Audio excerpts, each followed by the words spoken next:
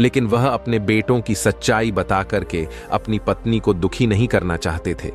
पर वह अपने बेटों की मक्कारी को अच्छी तरह से समझ रहे थे कि वह लोग यहां सिर्फ पैसे लेने के लिए ही आए थे और पैसे मिलते ही वह सब के सब गायब हो गए। उन्हें अपने माँ बाप से कोई लेना देना नहीं है, इसीलिए तो हमें अपने साथ लेकर के नहीं गए। ऐसे ही करते करते 1-2 महीने बीत गए। तभी एक दिन धर्मदास जी अचानक अपने ही घर की सीढ़ियों से जाकर के गिर पड़े। उनकी कमर में बहुत चोट आ गई। मालती जी अपने पड़ोसी की मदद से उन्हें पास के अस्पताल में लेकर के गई। वहां जाने पर डॉक्टर ने बताया कि उनके कमर की हड्डी फ्रैक्चर हो गई है। उनका जल्दी से जल्दी ऑपरेशन करना पड़ेगा, वरना बहुत बड़ी परेशानी हो जाएगी। यदि ज्यादा देर हो गई तो शायद धर्मदास जी कभी अपने पैरों पर खड़े नहीं हो पाएंगे।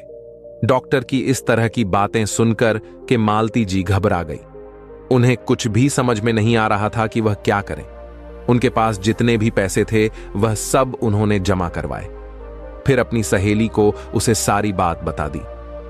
सहेली बोली, अरे मालती जी, जो तुमने अपने बेटों को पैसे दिए थे, अब तो पूरे 2 महीने लगभग बीत चुके हैं। अब तक वो दोनों बिजनेस में अच्छा खासा कमा भी लिए होंगे, तो क्यों ना तुम उनसे ही अपने पैसे मांग लो, इस तरह से इलाज भी हो जाएगा।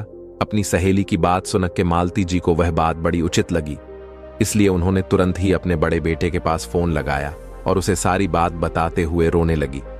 बेटा ने कहा कि मां, आप शांत हो जाइए, अभी तो फिलहाल मेरे पास पैसे नहीं हैं, क्योंकि पापा ने जितने भी पैसे दिए थे वह तो